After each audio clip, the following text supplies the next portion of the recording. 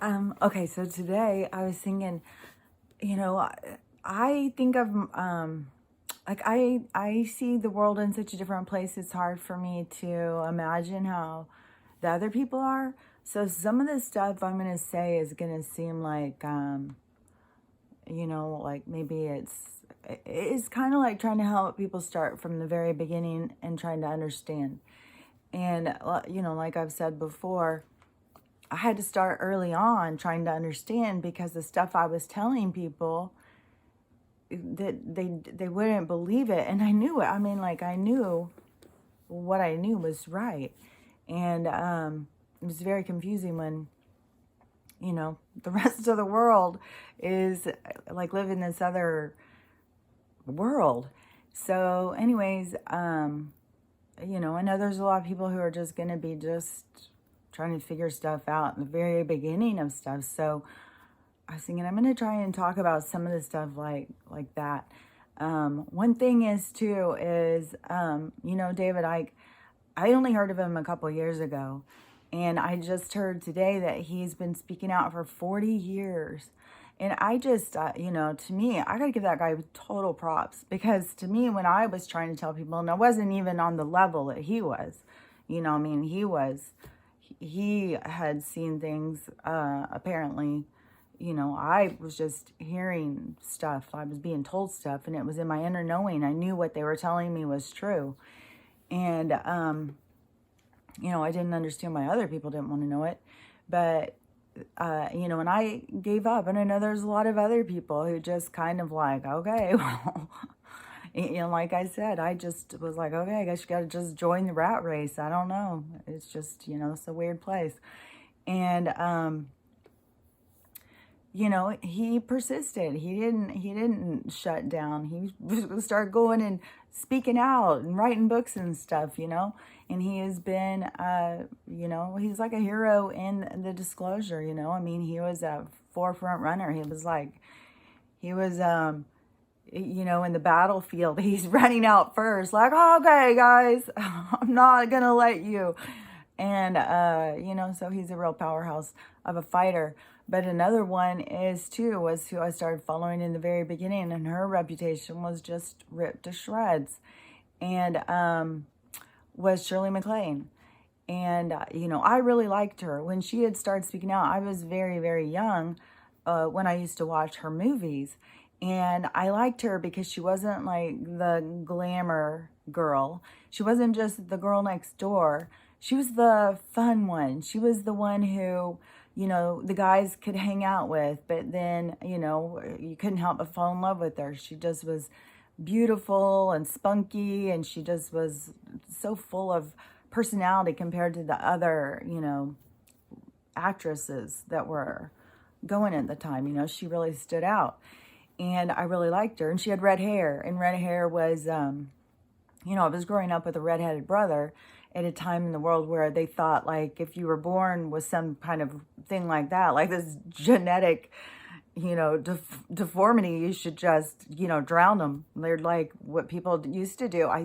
There probably still is breeders who do this, but I had met some breeders when I was in my early 20s. My first husband's parents, when they were younger, I guess they did, were really into the boxers, and I'm pretty sure they were involved with breeding, and showing and stuff. So they were really involved in the dog world. And she told me that, yeah, when a dog is born, like, say an albino boxer, they'll just kill it. And I think nowadays, this was a long time ago. Nowadays, I think there would be people who would be like, oh my gosh, this rare, wonderful thing. I would love this. Not somebody who wants to go and show dogs or whatever, but I don't know if it causes some kind of a mutation, like, I don't know, just like, Stella, is a purebred dog, and she's just got so many medical issues. It's horrible. She's in so much pain all the time with her joints and stuff. And I don't even know to the degree. I just know when she was a little puppy, they wanted me to take her to specialists. They wanted me to put her on all this medicine. And I was like, no way. I had just had my other dog die. I already was involved in the medical establishment to the point I didn't trust them. I already was seeing through the bullshit. And, you know, I didn't want to start doing that to her. I didn't, you know, I knew that wasn't the answer. So, but right now she's having a super hard time, and I'm tearing my heart apart. It's made me cry. I can't. Back to Shirley MacLaine. So, I get so upset. She really is like a child to me. I mean, I never loved, well, I loved Lucy that much, but I didn't even know Lucy, when she died, she taught me about love for an animal, you know, but I had to lose her to learn it. So Stella, I never wanted to ever, that's one thing I think that we're really going to start understanding more about death. I believe it's a transition, you know, it's not an ending. It's merely, you know, going into your other form, your other state of being for another purpose. And like your purpose is done when you die. And so I don't, but I think that the important thing about death that we need to really learn is our appreciation of the time that we have with people. Right now we're so, humans are so just like disconnected and confused and all that stuff. But, you know, in order to be, you know, productive as a society, we need to be focused on each other and like in communion with one another and present and be authentic. And, you know, when you are spending time with somebody, to really focus on that time. And when you're not being reactive and in a lower chakra kind of autopilot kind of way, then you don't have regrets. You may have things that you need to look at like, oh, I could have done that better. I could have done this different or whatever, you know, but, you know, it's our reactive part of us that lashes out or pulls back. You know, it's like this back and forth kind of thing. But when we can become authentic with ourselves, love ourselves, it doesn't matter what somebody else says to us. That's on them. That's the way they look at life, you know, and I can just be like, you know, that's sad. It's sad if somebody would sit and listen to me talk and see, you know, I'm trying to help people feel better about themselves, and that they would in their own selves feel like, well, I'm going to attack this person. I haven't been attacked yet, but I hear it all the time by so many other people that they're constantly being attacked. And I know I don't have a lot of views yet, but eventually those people will be there. So I speak to them before they're here because I'm talking to the future. Always, I have been from the beginning. And, you know, to me, I find that sad. It's sad that that's all you can see in life. And that you feel that you need to react and, you know, be mean to somebody to make them feel bad. It just, you know, it's a sad state of being. And, you know, I don't know what it would be like to be inside that body and be that person, be that soul. It seems tragic to me, because I think we would all strive to be better and do better and make people feel better. Because when we make people feel bad, we usually feel bad ourselves. And that's why I was talking about this reverberation of energy. You know, I think once we start really understanding energy a lot more, and what we're putting out is going to come back to us, that, you know, it's going to change our way of behaving towards each other. So, you know, all of this stuff that's happening right now is very temporary. It's in our transitional time. We're headed still to, you know, the age of Aquarius, the golden age, all that, you know, it's a new age of experience for humans on this planet. And so anyways, when I go back, so that's a good place to go back to Shirley MacLaine. Because, so Shirley MacLaine was this, you know, she was really fun, spunky actress. I don't even know, because I'm not with current actresses now. And I don't really know who. I guess the closest one would be like Jennifer Aniston or something, would have been more in that kind of generation. Like she was kind of like that back then. And, you know, like A Girl Next Door kind of cuteness, but her personality and her it came out more, you know. So, but Shirley MacLaine was very, very, very beautiful. But the red hair thing, so, you know, back then, yeah, red hair was, and I think she probably dyed it red. I don't know if it was naturally red. I don't know. I mean, there's so many things like we don't know about people that we don't know. And that's also, skipping around again, that's also what's so ridiculous, you know, when they're trying to push these agendas on us and that they're trying to say about racism. The other day I was like, you know, I really would like to hear from people. How many times through your life have you actually seen a racist act or been present, you know, where you felt like it was a racist situation or something? It's like they are trying to make us think that this happens all the time.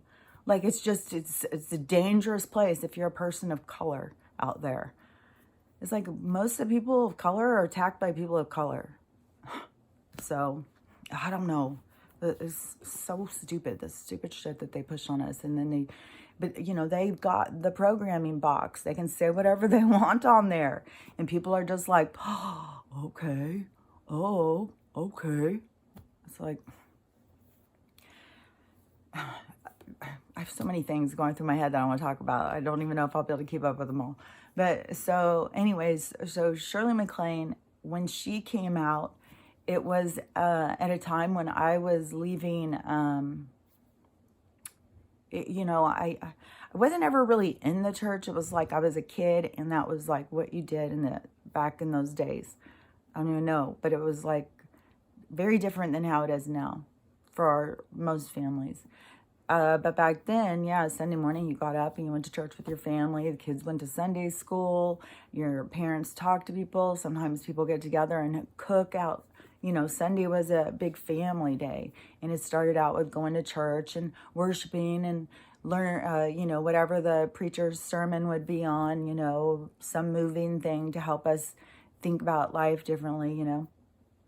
So, but I would ask questions all the time, and it would never make sense to me. And at the same time, I have them telling me, you know, about that we are an alien experiment, and that this is a zoo, we're being watched, and all this stuff, you know. So I was getting a different perspective. And like they would say something about Adam and Eve, and in my head they'd be like, the aliens brought Adam and Eve. That's no, you know, that's how this is. Like they want to call it, you know, God created this, but the creation of souls was created before Earth. The creation of souls created other beings and other souls, and those souls wanted to have more experience and create more universes, and it could go through experiences and keep getting bigger and bigger and bigger. That's why it's like a big bang. It's an energetic, and we're about to have another one right in it could be any time, but that's what's going to be about the solar flash. Is going to be like a big bang. It's going to create new universes, new experiences. The earth is going into a new experience. And so when I was kind of, I don't know, like 18, 19, you know, I didn't go to church anymore. You know, once my parents got divorced, I don't remember going to church. So I was 16. I remember going to church or anything. But then when I got pregnant and I was 20, my mom started asking me to go. I had moved back to Dallas. I was living in Southern California. I moved back to Dallas. And she had said if I would go to this Bible study with her and her friends. So I was going to that. In everything, I would ask questions, and they'd be like, well, you don't ask. You just have faith. I was like, but doesn't it have to make sense? Like, this doesn't make any sense to me. And so that was for a few months, but it was in that time when I read, like, Marianne Williamson, which I've been shocked now. You know, I don't know.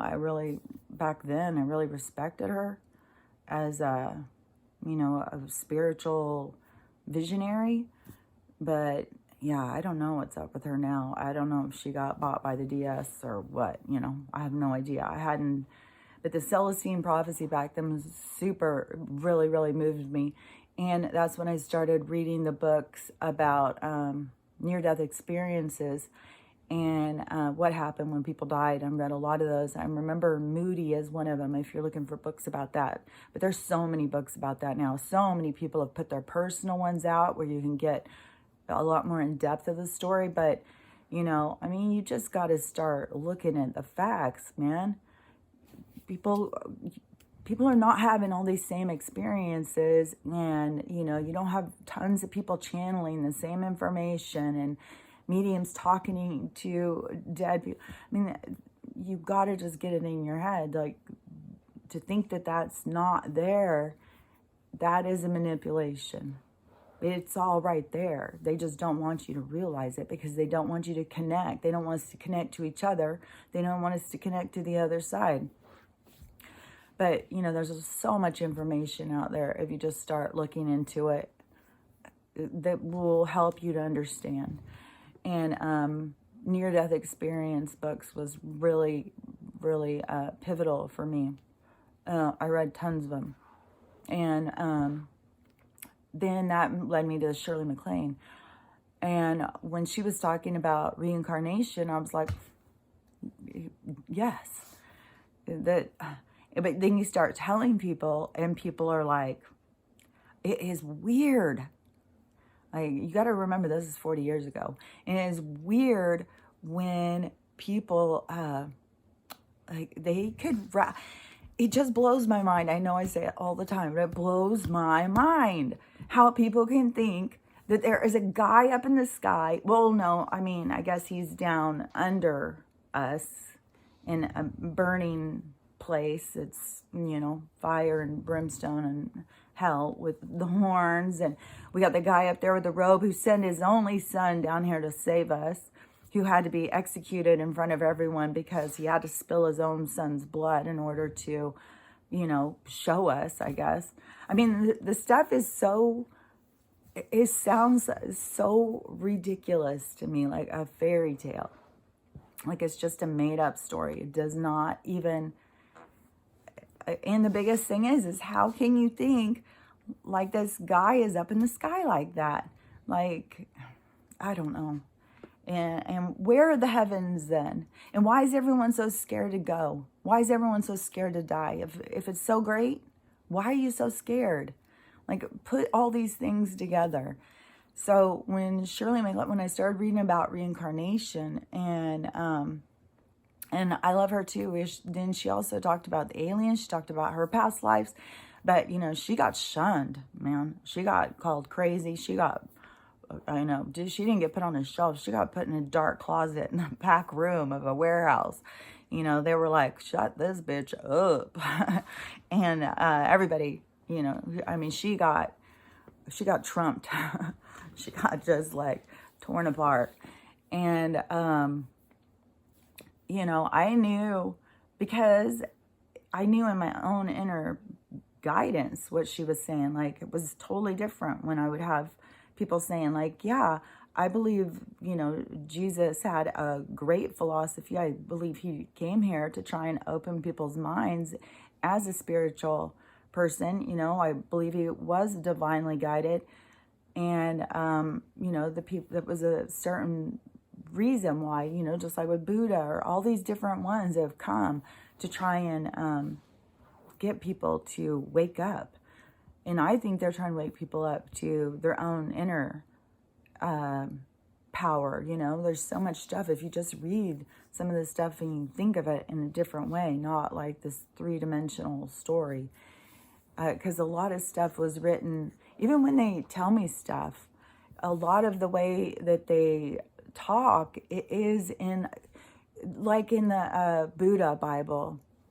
When I read that, it was all these like philosophies or parables or I don't even know what all they're called, but they tell it they tell stuff in a different way.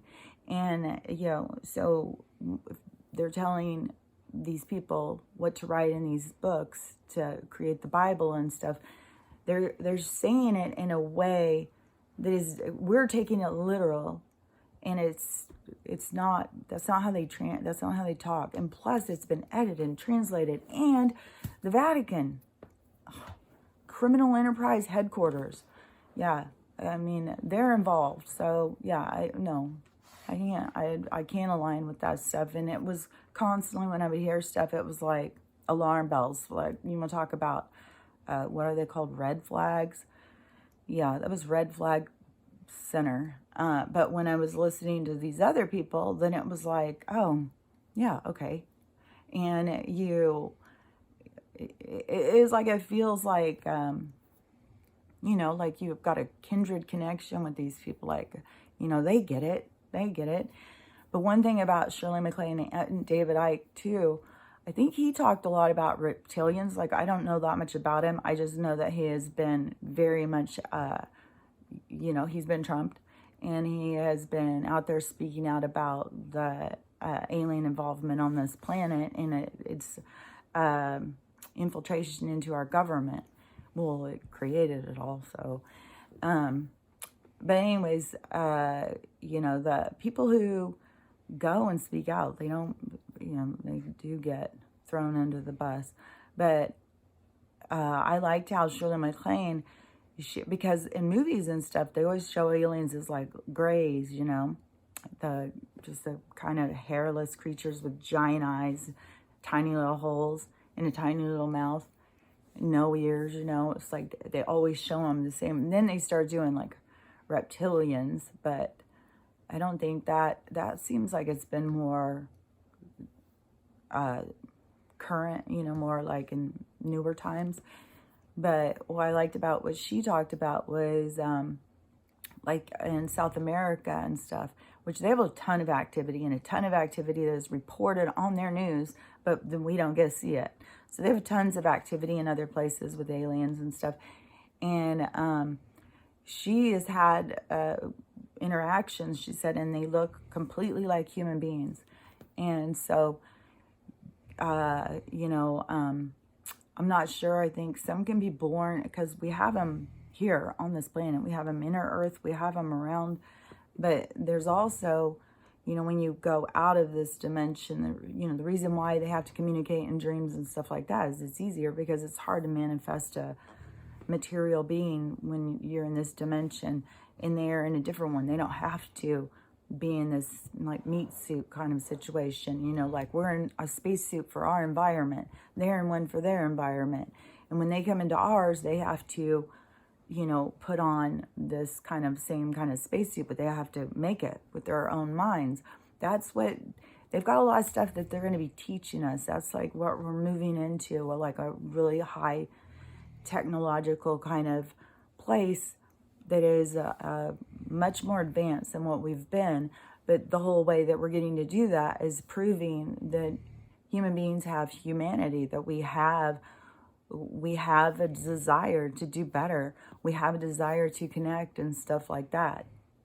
That's what's moving us forward in this cosmic situation that's happening. So it's super exciting, and we should really be celebrating, because humanity, we've been an experiment, and we've proved that we are, that these beings, and right now they're being assisted to break free from this, this created, it is kind of like, I say it in different ways all the time. Like, I thought of another one this morning. Oh, what was it? I can't remember. But anyways, this habitat that they've created for us to keep us all fighting, and they don't want us to, get along with each other or talk to each other. They don't want us to connect. They want us to be easily run, and they want to kill a lot of us right now. So that's what they're working on. But, this is really as exciting times. And, even if you have had to deal with, some of the people who have given their lives in this battle, just remember they're right there with you. They have not gone. They're not gone. All you got to do is think of them, and they're going to be sitting right there with you. And, quiet your mind, and you can communicate with them. And, there's talk in the spiritual world that the dead people, what we think of as dead, when we have this, when the event happens and we move into this new planetary system, that they'll come right back.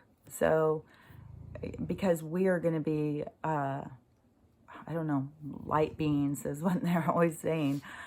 You know, some of this stuff, to me, I'm not sure. I'm just watching to see how it plays out because of that kind of three-dimensional way that people look at things.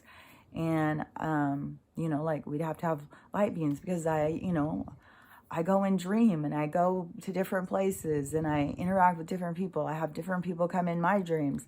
And I'm not in a light bodysuit.